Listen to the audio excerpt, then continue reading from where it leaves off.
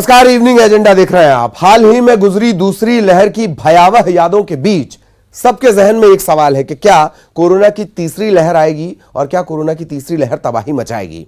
इस सवाल के जवाब में एक राहत भरी खबर। इस राहत की खबर के बीच एमपी में वैक्सीनेशन महाअभियान के दूसरे चरण का आगाज होने जा रहा है। सितंबर तक 100% वैक्सीनेशन का जहां टारगेट है, तो वहीं सितंबर से प्राइमरी स्कूल खोलने की तैयारी भी है।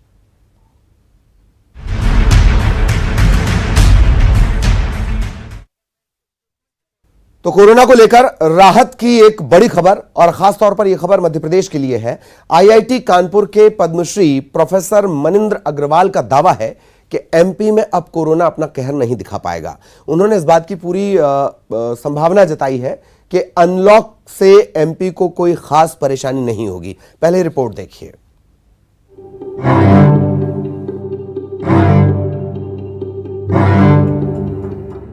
कोरोना ने पूरी दुनिया में जमकर कहर मचाया। बात देश की करें तो दूसरी लहर ने जमकर तबाही मचाई। बड़ी संख्या में लोगों की संक्रमण से जान गई। यहां तक कि आर्थिक मोर्चे पर भी कोरोना की मार पड़ी। हाल ही में गुजरी दूसरी लहर की याद भी डराती है। सबके जहन में एक सवाल है कि क्या कोरोना फिर से तबाही मचाएगा। इस सवाल के जवाब में एक राहत की खबर है। संक्रमण को लेकर स्टडी कर रहे आईआईटी कानपुर के पद्मश्री प्रोफेसर मनिंद्र अग्रवाल की माने तो अनलॉक से संक्रमण बढ़ेगा तो जरूर, लेकिन पीक में भी ज्यादा से ज्यादा 60 से 70 हजार केस रोज आएंगे, जो चिंता की बात नहीं है। जब लॉकडाउन हटते हैं तो कहीं भी जिस भी जगह पे लॉकडाउन हटेगा वहाँ संक्रमण की संख्या थोड़ी बड़ी होगी। तो जब धीरे धीरे सब जगह हट जाएगा तो निश्चित रूप से संक्रमण की संख्या बढ़ेगी, और इसीलिए हमने कहा था कि अगस्त में संख्या बढ़नी प्रारंभ होगी, जो धीरे धीरे बढ़ेगी, अक्टूबर तक अपने अधिकतम स्तर पे जाएगी और फिर नीचे आने लगेगी। और ये अधिकतम स्तर भी कोई बहुत ऊंचा नहीं होगा, शायद 60-70 हजार इन्फेक्शन प्रतिदिन का होगा, जैसे अभी 40-45 हजार चल रहा है, उससे थोड़ा ज़्यादा। ये तो साधारणतया जो बढ़ेगा और कम होगा, इससे कोई विशेष चिंतित होने की आवश्यकता नहीं है। प्रोफेसर मनिंद्र अग्रवाल को अगर चिंता है तो नए वेरिएंट की, जिसके अधिक संक्रामक होने की आशंका जताई जा रही है। प्रोफेसर का कहना है कि नया वेरिएंट फैला तो अक्टूबर में पीक पर आ सकता है और रोज 1 लाख से ज्यादा संक्रमण के केस आ सकते हैं। हालांकि उन्होंने भी ये कहा कि हालात दूसरी लहर जैसे नहीं होंगे। जो एक संभावना है जिसके बारे में अभी हम कुछ कह नहीं सकते कि वो वास्तव में होगा कि नहीं, वो है एक कोई नया पहले से भी ज़्यादा संक्रमण फैलाने वाला वेरिएंट आना।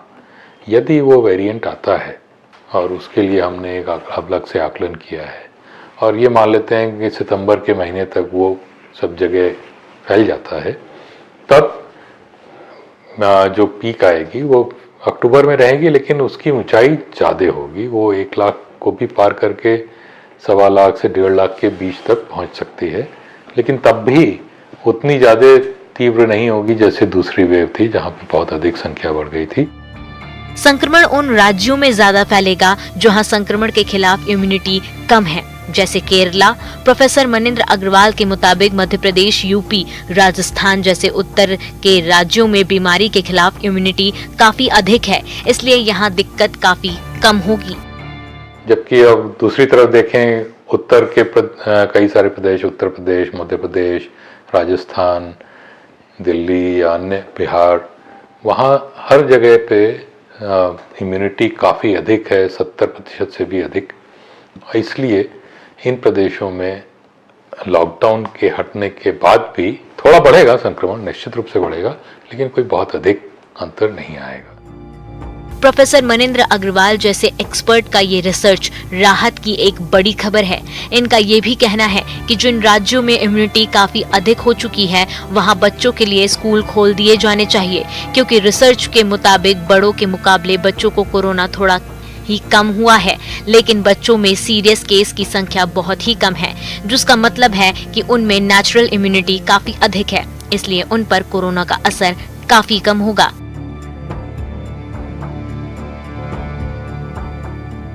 सौरभ मिश्रा, न्यूज़ 18।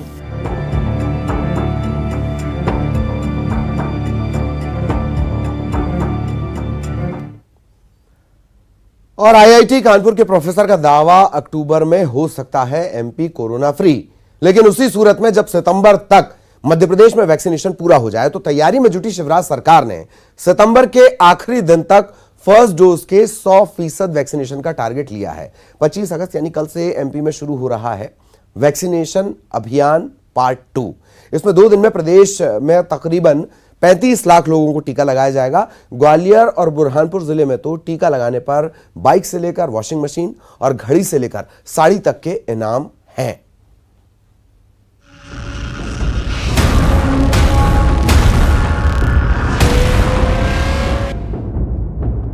सारे साइंटिस्ट, डॉक्टर्स, विशेषज्ञ कि थर्ड वेव से बचना है तो प्रभावशाली तरीका है वैक्सीनेशन। कोविड एप्रोप्रिएट व्यवहार, मास्क, दूरी, वो एक तरीका है ही, वो हमको करते रहना है। लेकिन दुनिया भर ये मानती है कि वैक्सीनेशन, टीकाकरण सबसे प्रभावी उपाय है तीसरी लहर को रोकने का। तो तीसरी लहर को पूरी तरह रोकने का सबसे कारगर उपाय है टीका। अब शिवराज सरकार का टारगेट भी यही कि सितंबर के आखिरी दिन तक एमपी के 100% लोगों को वैक्सीन का पहला डोज लग जाए। एमपी में शुरू हो रहे वैक्सीनेशन महाअभियान 2 में 2 दिन के भीतर करीब 35 लाख टीके लगाने का लक्ष्य रखा गया है। फिलहाल एमपी में 62% लोगों को पहला डोज लग चुका है। केवल 12% लोग ऐसे हैं जिन्हें वैक्सीन के दोनों डोज लगे हैं। 38% लोग ऐसे हैं जिन्हें वैक्सीन का कोई डोज नहीं मिला। शिवराज सरकार का लक्ष्य है कि सितंबर के आखिरी दिन तक 100% लोगों को पहला डोज लग जाएगा। जिंदगी का डोज है जो मोदी जी दे रहे हैं, इसलिए पहला डोज लग जाए 100% लोगों को सितंबर के अंतिम दिन तक हमको सुनिश्चित करना है। बाकी काम हम करेंगे, लेकिन सबसे बड़ी प्राथमिकता है सितंबर के अंतिम दिन तक हम 100% पात्र लोगों को पहला डोज लगा दें और दूसरा डोज लगाएंगे दिसंबर के अंत तक। पिछली बार भी हमने 3 पुरस्कार, फर्स्ट, सेकंड और थर्ड, बेहतर काम करने वाले जिलों को दिए थे। इस बार भी जो जिले बेहतर काम करेंगे उनको ये 3 पुरस्कार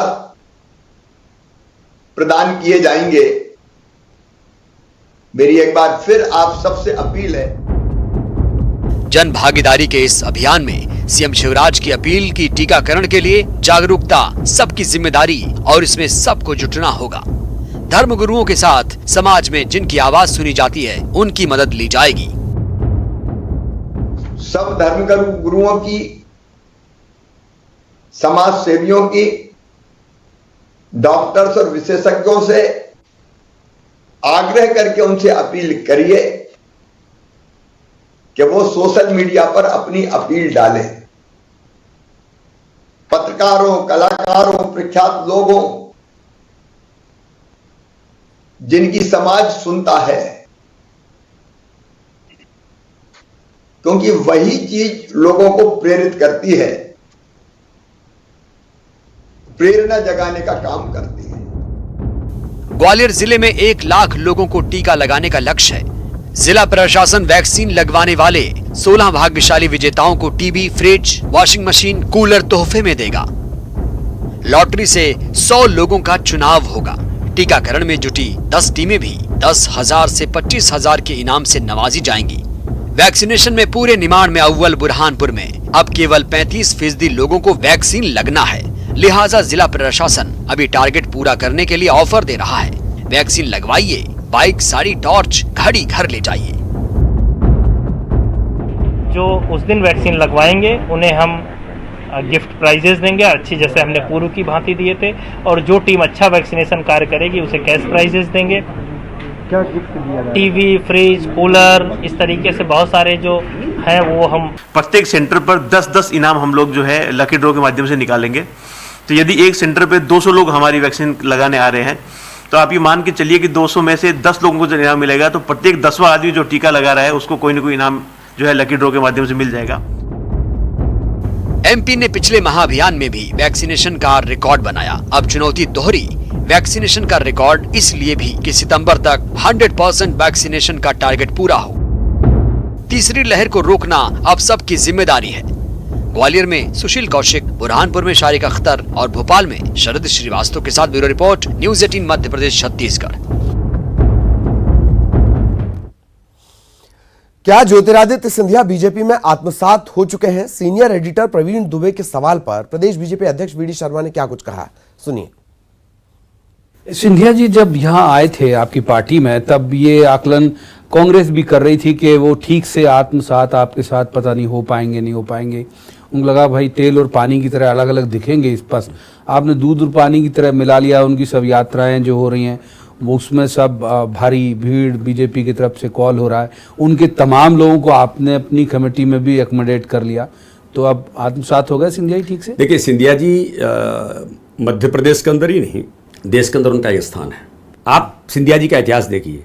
सिंधिया जी ने राम मंदिर के मुद्दे का समर्थन किया कि राम मंदिर बनना चाहिए। सिंधिया जी ने धारा 370 का समर्थन किया, वो कांग्रेस में थे। सिंधिया जी ने सीए कानून के बारे में स्पष्ट कहा कि सीए कानून देश के अंदर बनना चाहिए। अरे तो कांग्रेस को तभी समझ लेना था कि ये कौन सी बीज है, ये कौन सा विचार है।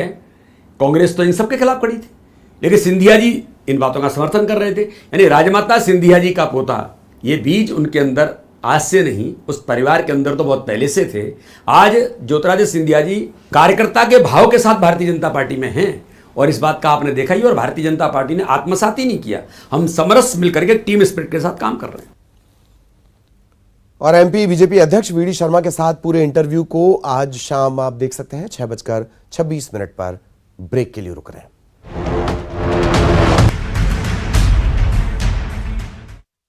और ब्रेक के बाद स्कूल की बात करेंगे। एमपी में काबू में आते कोरोना के आंकड़े और वैक्सीनेशन के जरिए तीसरी लहर को थामने की कोशिश के बीच अब एमपी में प्राइमरी और मिडिल स्कूल खोलने की तैयारी हो गई है। अगर आंकड़े इसी तरह कम होते गए तो प्रदेश का स्कूल शिक्षा विभाग सितंबर के दूसरे हफ्ते से प्राइमरी स्कूल खोलने की तैयारी में है। हालांकि अनिवार्यता नहीं होगी और पेरेंट्स की अनुमति के बाद ही बच्चे स्कूल में आएंगे, वो भी 50% क्षमता के साथ।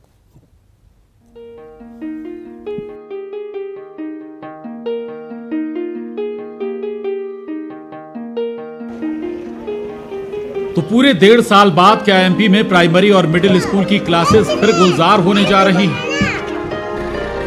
क्या फिर बजने वाली है स्कूल की घंटी? हालांकि संभावित तीसरी लहर में सबसे ज्यादा संकट बच्चों को लेकर ही बताया गया, और ऐसे में प्राइमरी और मिडिल स्कूल के बच्चे ही वो आबादी हैं जो अभी तक वैक्सीनेशन से दूर हैं। लेकिन कोरोना के तेजी से कम होते संक्रमण के बीच अब एमपी में प्राइमरी और मिडिल स्कूल खोलने की तैयारी है। स्कूल शिक्षा विभाग सितंबर के दूसरे हफ्ते में 50% क्षमता के साथ ये कक्षाएं शुरू करने का विचार कर रहा है।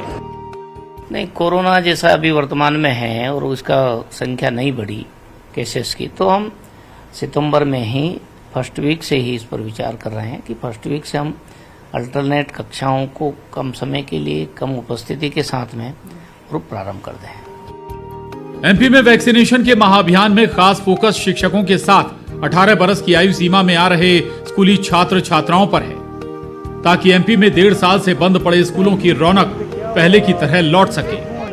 और चूंकि स्कूल अब हमारे 9वीं से खुल गए हैं और बाद में भी भगवान की कृपा रहे थर्ड वेव ना आए, तो बाकी स्कूल खोलने की दिशा में भी हम कदम बढ़ाएंगे। इसलिए शिक्षक, स्टाफ और पात्र छात्र छात्राएं जिनकी 18 साल से ज्यादा उम्र है और जिनको अभी तक टीका नहीं लगा, उनका भी वैक्सीनेशन सुनिश्चित करवाना पड़ेगा। हालांकि फिलहाल स्कूल शिक्षा विभाग केवल 50% क्षमता के साथ प्राइमरी और मिडिल स्कूल खोलने की तैयारी में है, और पेरेंट्स की सहमति पर ही स्कूल भेजे जाएंगे बच्चे। माता पिता बच्चों को भेजना चाहते हैं, लेकिन कुछ अभी भी अभिभावकों में डर है। उनके लिए हम जरूरी अनिवार्यता नहीं कर रहे हैं। जो भेजना चाहते हैं वो भेजे, क्योंकि सारे प्रदेश अब धीरे धीरे स्कूल खोलने की ओर बढ़ रहे हैं और हमको भी अपने यहाँ की शिक्षा निरंतर रहे, इसलिए हम पहली से 8वीं की कक्षाओं के बारे में भी विचार कर रहे हैं। 6 से 8 तक के लिए अलग तरह से चालू करेंगे और 1 से 5 तक के लिए अलग प्रकार से चालू करेंगे, ताकि बच्चे भी सुरक्षित रहे और उनकी पढ़ाई भी पूरी चलती रहे। तो तीसरी लहर का अंदेशा खत्म हो और स्कूल पहले की तरह खुल पाएं, इसके लिए जरूरी है कि 100% हो वैक्सीनेशन। बच्चों का टीका आने तक बड़े तो अपने हिस्से की जिम्मेदारी निभाएं। भोपाल में रंजना दुबे के साथ bureau report, news 18, Madhya Pradesh, Chhattisgarh. यहाँ पर की और इस बुलेटिन में इतना ही। आखिर में हेडलाइंस।